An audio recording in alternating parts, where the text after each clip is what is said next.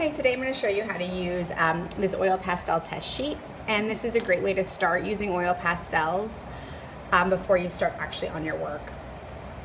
Oil pastels are great because they give you the control of colored pencils with a look of like a painting or oil painting.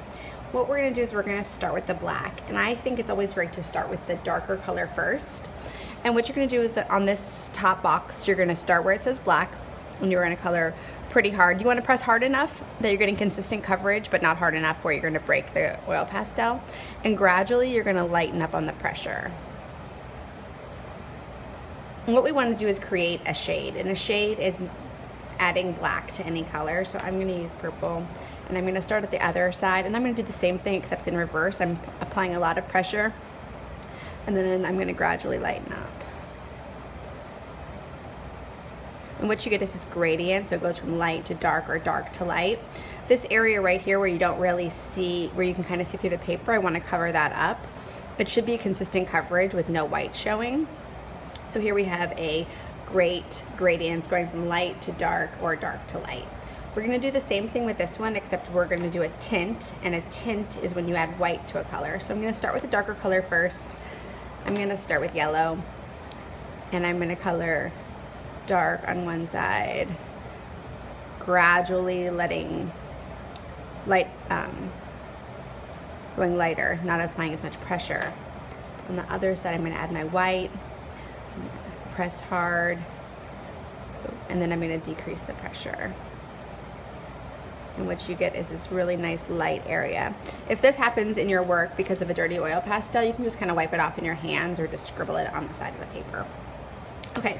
Over here, we're going to be blending two colors. So what you want to do is select two primary colors. Primary colors are red, blue, and yellow. So what I'm going to do is I'm going to select blue, and I'm going to select yellow. And I'm going to start with one side, and I'm going to apply blue, and then gradually apply less pressure. On the other side, I'm going to apply yellow, and again, do the same thing. And what you're going to do is you're going to get this mix of the colors in the middle to create green. And you can even blend it more. If you kind of swirl your oil pastel, you can really blend the colors nicely. Okay.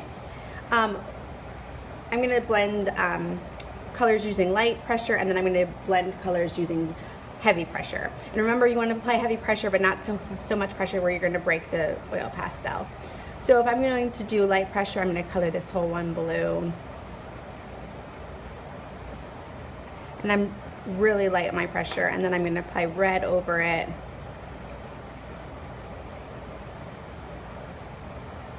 And you can see I'm starting to get a purple.